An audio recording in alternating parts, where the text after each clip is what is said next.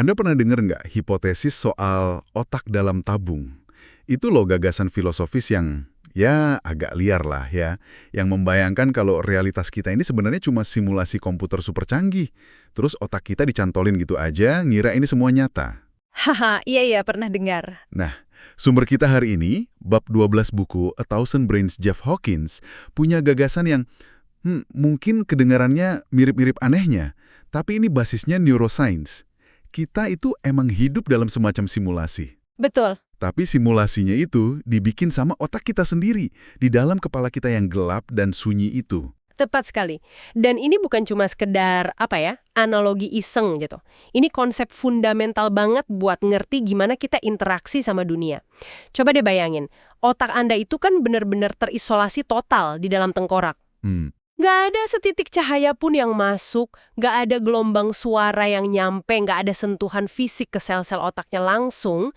Yang diterima otak tuh ya cuma pola-pola sinyal listrik aja. Sinyal listrik? Iya, kayak kode Morse yang rumit gitu, yang dikirim sama organ indera kita. Mata, telinga, kulit, dan lain-lain. Jadi, tunggu sebentar. Semua yang saya alami sekarang, warna biru langit di luar, suara AC di ruangan ini, hangatnya cangkir kopi di tangan, itu semua bukan data mentah yang langsung masuk terus diproses otak apa adanya gitu. Sama sekali bukan. Itu semua adalah interpretasi. Atau bisa dibilang, fabrikasi brilian dari otak Anda.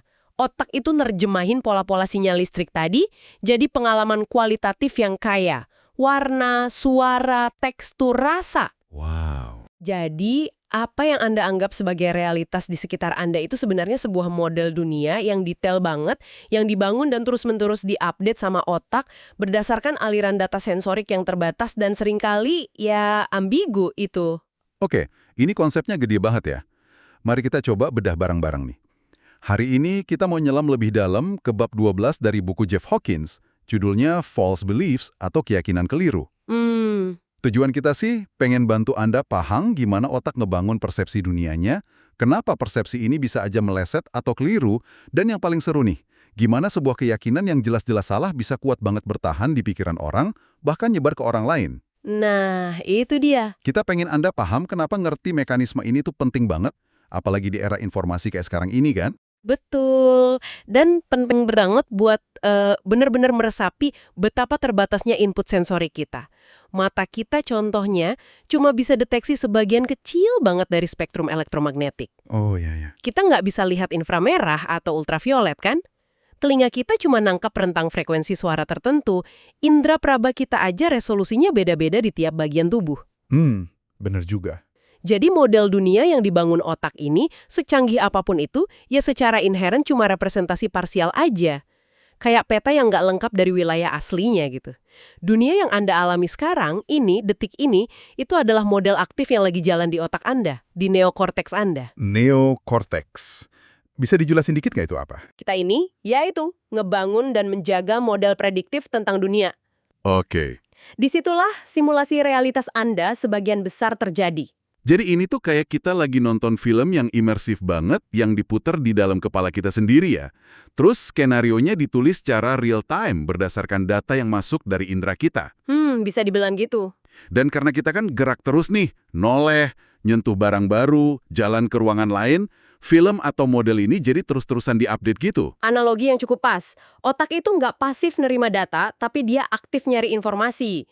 Dengan gerak dan interaksi, otak secara konstan nguji prediksinya. Contohnya gimana tuh? Misalnya, pas Anda mau ngambil gelas nih, otak tuh udah prediksi sensasi apa yang bakal diterima jari Anda pas nyentuh gelas itu. Kalau sensasinya cocok sama prediksi, ya model dunia Anda kekonfirmasi. Oke. Tapi kalau nggak cocok, misalnya gelasnya ternyata panas banget gitu. Nah, modelnya perlu diupdate. Proses belajar sensori motor ini, belajar struktur dunia dengan ngamatin gimana input sensorik berubah seiring gerakan kita, itu cara fundamental otak bangun modelnya. Tapi kalau gitu, bukannya model ini biasanya akurat banget ya? Maksud saya, kita kan umumnya berhasil ya interaksi sama dunia nyata. Bisa nuang air nggak tumpah, naik sepeda, kenal muka temen, modelnya pasti udah oke dong. Tentu saja, dan ini poin penting. Sebagian besar waktu, model yang dibangun neokorteks ini efektif banget. Bikin kita bisa navigasi, bikin rencana, ya bertahan hidup lah di dunia fisik. Nah ya kan, Tapi justru pas model ini salah dalam cara-cara tertentu, kita jadi bisa lihat gimana otak itu bukan sekedar perekam pasif, tapi interpretor aktif.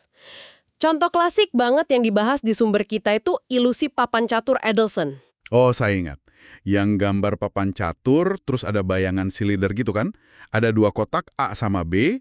Kotak A kelihatan jauh lebih gelap dari B, tapi kalau diisolasi, warnanya abu-abunya sama persis. Nah, itu dia. Saya ingat pas pertama lihat, rasanya nggak percaya gitu kalau warnanya sama. Susah banget ngelihatnya sama. Betul. Dan ini bagian yang menarik menurut kerangka Hawkins. Otak kita itu nggak sedang tertipu dalam arti simpelnya. Sebaliknya, otak ngelakuin apa yang emang seharusnya dia lakuin. Nginterpretasiin gambar 2D itu sebagai representasi adegan 3D.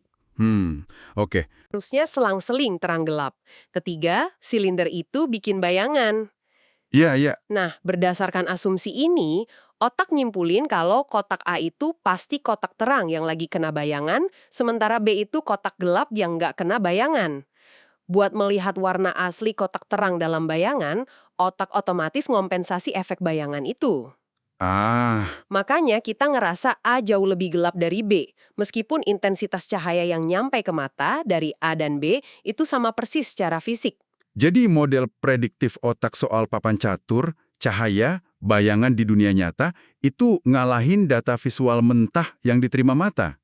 Ini justru nunjukin model itu berfungsi bantu kita ngerti struktur dunia nyata, bukan cuma ngerekam piksel doang. Tepat sekali, dalam kasus ini, kesalahan persepsi ngelihat warna yang secara fisik gak sama itu justru hasil dari mekanisme interpretasi yang biasanya berguna banget buat memahami dunia 3 dimensi dari input 2 dimensi yang ambigu. Model ini bantu kita lihat dunia sebagaimana seharusnya sesuai struktur yang dipelajarinya.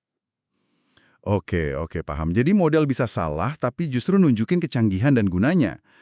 Tapi ada juga kan saat model itu salah total dan malah bikin masalah serius. Ya, dan contoh paling dramatis sekaligus ya menyentuh lah ya yang dibahas di sumber itu, fenomena phantom limb, anggota tubuh hantu. Ah, iya. Ini kondisi yang sering dialami orang yang kehilangan anggota tubuh misalnya karena amputasi atau cedera. Ini yang mereka masih ngerasa seolah-olah lengan atau kaki yang hilang itu masih ada gitu. Lebih dari sekedar ngerasa. Mereka sering banget ngalamin sensasi yang nyata banget dan spesifik di anggota tubuh yang hilang itu. Bisa rasa gatel yang nggak bisa digaruk, Waduh. sensasi posisi tertentu kayak jari tangan hantunya ngepal gitu, sensasi suhu, atau bahkan yang paling nyusahin, nyeri kronis yang hebat banget di lokasi hantu itu. Nyerinya bisa nyata banget sampai ganggu kualitas hidup. Astaga. Kenapa bisa gitu ya?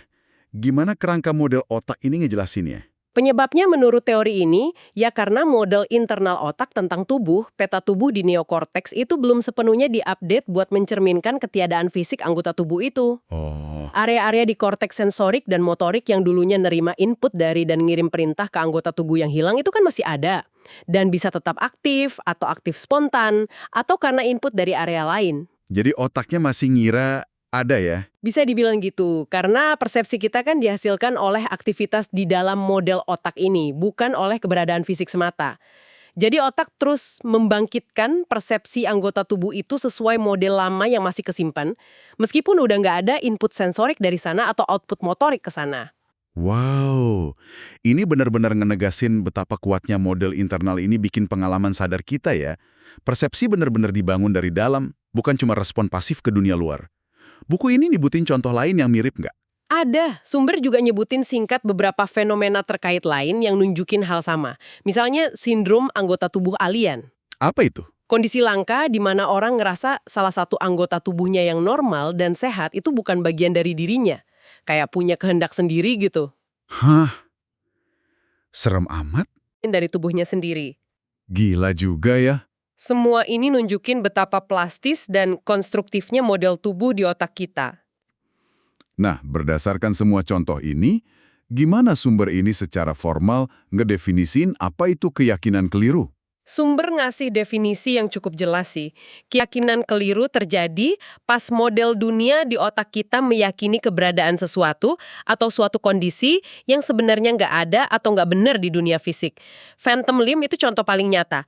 Model otak percaya ada lengan lengkap sama sensasinya, padahal fisiknya udah nggak ada. Oke. Keyakinan itu tertanam dalam peta neural otak. Nah ini nih, yang bawa kita ke pertanyaan penting banget dan relevan banget sekarang. Gimana caranya keyakinan keliru bisa bertahan sekuat itu? Contoh yang sering kita dengarkan orang yang masih percaya bumi itu datar. Hah, iya. Klasik itu. Padahal bukti ilmiah sebaliknya udah banyak banget. Foto dari luar angkasa, data penerbangan, fisika. Gimana model bumi datar bisa tetap bertahan di otak orang di abad ke-21 gini? Oke, mari kita coba analisis pakai kerangka dari buku ini ya. Ada beberapa faktor kunci yang saling terkait nih. Pertama, beda krusial antara pengalaman langsung dan tidak langsung. Gimana tuh maksudnya? Gini, dalam skala pengalaman kita sehari-hari, jalan di tanah gitu, bumi kan emang kerasa datar. Cakrawala kelihatan lurus. Kalau Anda cuma ngandelin apa yang bisa dilihat dan dirasain langsung di lingkungan lokal, model bumi datar ini kayaknya konsisten sama data sensorik Anda. Ya juga ya. Nggak kerasa lengkungnya. Iya kan, Anda nggak secara langsung ngalamin kelengkungan bumi sehari-hari. Nah, faktor kedua, kecenderungan buat mengabaikan atau mendiskreditkan bukti yang berlawanan, terutama bukti nggak langsung. Maksudnya gimana tuh? Penganut bumi datar seringkali cuma percaya sama apa yang bisa mereka verifikasi sendiri atau lewat eksperimen versi mereka. Bukti yang berlawanan, foto bumi bulat dari NASA, itu CGI, konspirasi. Oh, Data pelayaran keliling dunia, bohong itu, diatur mereka. Laporan ilmiah, ditolak. Ilmuwan dianggap bagian konspirasi atau nggak bisa dipercaya. Mereka secara aktif bangun benteng pertahanan buat ngelindungin model mereka dari info yang bisa ngeruntuhin. jadi bukan cuma kurang bukti, tapi secara aktif nolak bukti yang ada ya. Semacam mekanisme pertahanan gitu. Tepat. Dan faktor ketiga yang kuat banget, penguatan sosial. Kita kan makhluk sosial. Kalau kita ada di komunitas, entah fisik atau online, yang isinya orang-orang dengan keyakinan sama, itu bakal nguatin banget modal tersebut buat tiap individu. Bener juga. Informasi dari sesama anggota kelompok cenderung konsisten, ngekonfirmasi keyakinan itu. Sebaliknya, info atau argumen lawan dari luar kelompok jadi gampang diabaikan, diejek, atau didiskreditkan bareng-bareng. Solidaritas kelompok itu nguatin keyakinan individu. Apakah prinsip yang sama ini berlaku juga buat keyakinan keliru lain? Misalnya penyangkalan perubahan iklim akibat manusia? Ya, polanya mirip banget dan bisa dianalisis pakai kerangka yang sama. Perubahan iklim global kan fenomena jangka panjang, skala besar, susah dilihat atau dirasain langsung dalam cuaca sehari-hari yang emang selalu berubah-ubah. Betul. Penyangkal sering lebih percaya pengamatan cuaca lokal jangka pendek mereka. Musim dingin kok, mana ada pemanasan global. Mereka juga cenderung nggak percaya konsensus ilmiah. Mungkin nganggap ilmuwan bias, punya agenda, datanya dimanipulasi. Mereka nyari dan nyebarin info di komunitas sepaham yang nguatin keraguan mereka. Sumber juga nyatet sih, kadang pengalaman pribadi ekstrim, kayak kena dampak langsung bencana alam yang diperparah perubahan iklim, bisa mengubah keyakinan orang. Tapi ya nggak jaminan juga. Mekanisme pertahanannya bisa tetap kuat. Oke, jadi kesimpulannya di sini, kalau orang cuma ngandalin pengalaman pribadi yang terbatas dan aktif nolak atau nggak percaya bukti tidak langsung, kayak data ilmiah, laporan ahli, dokumentasi, wah banyak banget dong keyakinan keliru yang bisa awet di kepalanya. Betul sekali. Termasuk kayak teori konspirasi anti-vaksin, pendaratan bulan palsu, dan lain-lain gitu ya. Iya, persis. Ketergantungan eksklusif pada pengalaman personal sempit dan nolak pengetahuan kolektif yang dibangun lewat metode teruji kayak sains, itu lahan subur banget buat bertahannya macam-macam keyakinan keliru. Buku ini juga ngenalin konsep soal model dunia atau keyakinan yang viral. Maksudnya apa tuh? Kayak virus komputer gitu. Analoginya lumayan dekat. Maksudnya ada beberapa model, ide, atau keyakinan yang struktur atau isinya itu secara inheren punya instruksi buat nyebarin dirinya ke otak orang lain. Oh. Kayak virus biologi kan punya mekanisme buat replikasi diri dan nular. Nah, meme, istilah dari Richard Dawkins yang dikutip di buku ini, atau keyakinan viral ini punya karakteristik yang dorong penyebarannya dari satu pikiran ke pikiran lain. Bisa kasih contoh nggak? Apa ini selalu negatif? Nggak selalu kok. Sumber ngasih contoh yang bisa dibilang positif. Keyakinan bahwa semua anak berhak dapat pendidikan. Model ini kan punya dorongan moral buat diajarin dan disebarin ke generasi berikutnya. Diperjuangin penerapannya. Oke, bagus itu. Tapi, sumber juga ngasih contoh lain yang lebih ambigu atau bisa jadi negatif. Keyakinan bahwa pendidikan sebaiknya cuma buat kelompok tertentu, misalnya berdasarkan gender, kasta, ras. Model eksklusif ini juga bisa jadi viral di kelompok yang meyakininya. Wah, Dan menariknya, dari sudut pandang evolusi Darwinian yang cuma lihat keberhasilan replikasi, model eksklusif ini mungkin bisa lebih efektif jangka panjang buat propagasi gen kelompok tersebut, karena bisa bantu konsolidasi sumber daya dan kekuatan di dalam kelompok itu. Nah, ini nih bagian yang mulai kedengeran agak ngeri ya. Berarti kombinasi paling bahaya itu pas sebuah keyakinan bukan cuma keliru secara fakta, tapi juga punya sifat viral yang kuat ini. Tepat sekali. Inilah zona bahaya utamanya, persimpangan antara keyakinan keliru dan mekanisme penyebaran diri yang efektif. Di sini konsep meme dari Dawkins jadi relevan banget. Meme itu kan unit informasi budaya, ide, keyakinan, praktek, lagu, mode yang nyebar lewat imitasi dan komunikasi. Bisa replikasi diri dan mutasi, mirip gen tapi di ranah budaya. Sumber ngasih contoh spesifik nggak? Gimana meme keyakinan keliru viral ini bekerja? Ada. Contoh hipotetis tapi ilustratif banget. Namanya buku sejarah palsu. Bayangin ada buku sejarah isinya nggak akurat atau bohong. Tapi di halaman awalnya ada 3 instruksi kunci. Oke, apa aja tuh?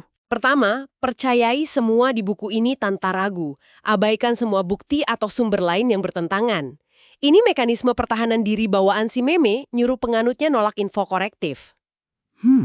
Kedua, bantu dan dukung sesama orang yang percaya buku ini. Ini mekanisme bangun solidaritas dan penguatan internal kelompok. Oke. Ketiga, sebarkan ajaran buku ini sebanyak mungkin. Kalau ada yang nolak atau nentang, mereka musuh dan harus disingkirkan atau dibungkam. Ini mekanisme penyebaran viral agresif, plus instruksi buat eliminasi perspektif lain yang ngancam meme itu. Wah, ini kedengarannya kayak resep sempurna buat bikin kelompok ideologis yang tertutup banget, resisten kritik dan potensi konflik sama kelompok lain. Memang begitu. Dan buku ini juga nyinggung adanya potensi simbiosis antara meme, keyakinan, dan gen. Sebuah keyakinan keliru, meme, bisa berkembang dan nyebar luas kalau secara nggak langsung dia bantu kelangsungan hidup dan reproduksi penyebaran gen penganutnya. Maksudnya? Ya, misalnya kalau keyakinan itu bikin identitas kelompok kuat banget, ngondorong kerjasama dan pertahanan kolektif fanatik, kelompok itu mungkin lebih unggul dalam persaingan sama kelompok lain. Jadinya gen mereka dan meme yang mereka bawa lebih berhasil nyebar. Oh gitu. Jadi meme dan gen bisa evolusi bareng dalam hubungan saling untung, meskipun keyakinannya sendiri nggak akurat atau bahkan bahaya buat orang di luar kelompok. Lalu, gimana peran bahasa dalam semua dinamika keyakinan keliru dan penyebarannya ini? Bahasa, menurut sumber, itu kayak pedang bermata dua yang tajam banget di sini. Di satu sisi, kemampuan bahasa kita itu kan pencapaian kognitif luar biasa ya. Bahasa bikin kita bisa bangun dan bagi model dunia jauh, ngelampaui pengaman pribadi. Betul. Kita bisa belajar sejarah, sains. Iya kan? Kita bisa belajar fisika kuantum, sejarah Romawi, struktur galaksi Andromeda, hal-hal yang nggak mungkin kita alami langsung. Bahasa memungkinkan akumulasi pengetahuan lintas generasi, kunci kemajuan intelektual dan teknologi peradaban. Itu sisi bagusnya. Terus sisi jeleknya? Sisi negatifnya, ya ketergantungan kita sama bahasa itu bikin kita rentan banget sama penyebaran info salah, disinformasi sengaja, propaganda, dan keyakinan-keyakinan keliru viral tadi. Meme berbahaya yang kita bahas tadi nyebar utamanya lewat medium bahasa lisan, tulisan, sekarang digital. Makin gampang nyebarnya ya. Betul. Makin kita terhubung lewat bahasa, makin cepat juga keyakinan benar maupun salah bisa nyebar. Mengingat semua ini, betapa gampangnya otak kita bikin model yang salah dan betapa kuatnya mekanisme pertahanan dan penyebaran beberapa keyakinan keliru, gimana cara kita ngelawannya? Baik dalam diri kita sendiri maupun di masyarakat. Ada metode andalan nggak buat bedain mana model yang dekat kebenaran, mana yang keliru? Menurut sumber ini, dan ini kesimpulan penting di bab itu, cuma ada satu proses atau metode yang sejauh ini kita tahu paling efektif jangka panjang buat nyaring kebenaran dari kekeliruan. Metode ilmiah. Metode ilmiah ya? Iya, esensinya bukan sekedar nyari bukti yang mendukung atau ngekonfirmasi keyakinan kita, soalnya bias konfirmasi bikin kita gampang banget nemu bukti pendukung buat hampir semua hal kalau kita nyari. Inti sebenarnya dari metode ilmiah itu upaya aktif, sistematis, dan seringkali susah buat nyari bukti yang bantah, nyanggah, atau memfalsifikasi keyakinan atau model kita. Oh, jadi fokusnya justru nyari yang salah ya? Bisa dibilang gitu. Kalau kita jujur nyari dan ternyata nemu bukti bantahan yang kuat dan valid, ya kita harus mau revisi, koreksi, atau bahkan buang model kita yang sebelumnya. Proses pengujian dan koreksi diri ini kekuatannya. Tapi ini balik lagi ke masalah tadi dong. Bukannya inti dari banyak keyakinan keliru yang bandel itu ya, karena mereka punya mekanisme pertahanan diri yang bikin penganutnya otomatis nolak, ngabaikan, atau diskreditkan bukti bantahan itu, sekuat apapun buktinya. Nah, Mereka udah diprogram buat nggak ngelakuin proses falsifikasi itu. itu dia dilema dan tantangan terbesarnya. Dan buku ini nyorot itu dengan jelas banget. Sumber secara eksplisit bilang, fakta bahwa miliaran orang di dunia sekarang masih pegang teguh keyakinan yang fundamentalnya bertentangan sama bukti ilmiah kuat. Contohnya apa tuh? Ya, contoh yang dikasih itu mitos-mitos penciptaan literal versus bukti evolusi, geologi, kosmologi yang melimpah. Itu bukti nyata kekuatan mekanisme viral dan pertahanan diri mimeme ini. Mekanisme ini berhasil ngehalangin atau bahkan ngebajak proses koreksi kesalahan alami yang sebenarnya dipunyai neokorteks kita. Jadi otak kita sebenarnya mau belajar tapi bisa dibajak gitu ya? Iya, secara inheren, neokorteks kita dirancang buat terus-menerus bikin prediksi berdasarkan modelnya. Dan update model itu kalau prediksi nggak cocok sama realitas. Tapi meme viral yang kuat ini, kayak di contoh buku sejarah palsu tadi, bisa nanamin instruksi yang non-aktifin atau ngabaikin sinyal kesalahan ini. Jadi proses belajar dan koreksi alami otak jadi macet atau dibelokin. Oke. Ini gambaran yang, cukup kompleks dan agak bikin resah juga ya. Coba kita rangkum poin kuncinya biar lebih gampang dicerna. Jadi intinya, pertama, realitas yang kita alami ini bukan rekaman pasif dunia luar, tapi model atau simulasi aktif bikinan neokorteks kita dari input sensorik terbatas. Betul. Kedua, model ini bisa aja keliru, kadang kesalahannya malah berguna, kayak ilusi optik, tapi kadang bisa masalah banget, kayak phantom limb. Yep. Ketiga, dan ini yang paling krusial buat topik kita, beberapa keyakinan keliru kayaknya punya desain atau karakteristik yang bikin susah banget dikoreksi, dan cenderung nyebar kayak virus, meme, seringnya dengan cara bikin penganutnya kebal atau nolak bukti-bukti yang bertentangan. Rangkuman yang bagus banget. Dan ngerti mekanisme ini bukan cuma iseng pengen tahu aja. Ini jadi penting banget karena seperti yang disinggung bakal dibahas lebih lanjut di bab berikutnya buku ini, bab 13, pas keyakinan-keyakinan keliru ini, terutama yang viral, susah dikoreksi, dan seringkali mecah belah, berinteraksi sama dorongan-dorongan dasar dari bagian otak kita yang lebih tua dan primitif, otak reptil dan limbik, emosi kuat, tribalisme, takut, agresi. Nah, kombinasi ini bisa bikin potensi resiko yang signifikan banget. Risiko buat siapa? Risiko nggak cuma buat individu, tapi juga buat kelompok, masyarakat, dan bahkan mungkin buat kelangsungan hidup kita sebagai spesies di planet ini. Waduh, itu pemikiran yang cukup berat ya buat direnungkan. Oke, sebagai penutup nih, buat Anda bawa pulang dan pikirkan. Mengingat betapa rumitnya cara otak kita bangun realitas, dan betapa gampangnya otak Anda, bisa tanpa sadar kejebak di keyakinan keliru, yang bahkan mungkin punya mekanisme internal buat pertahanin diri dari upaya koreksi. Ada nggak ya, satu aja, keyakinan fundamental yang Anda pegang erat banget sekarang, yang mungkin Anda anggap kebenaran mutlak, yang sebenarnya perlu Anda uji lagi secara lebih kritis.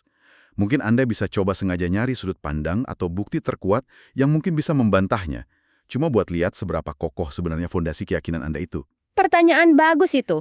Ini mungkin pertanyaan yang nggak nyaman buat ditanyain ke diri sendiri, tapi, ya, mungkin justru itu yang paling penting buat dilakuin sesekali.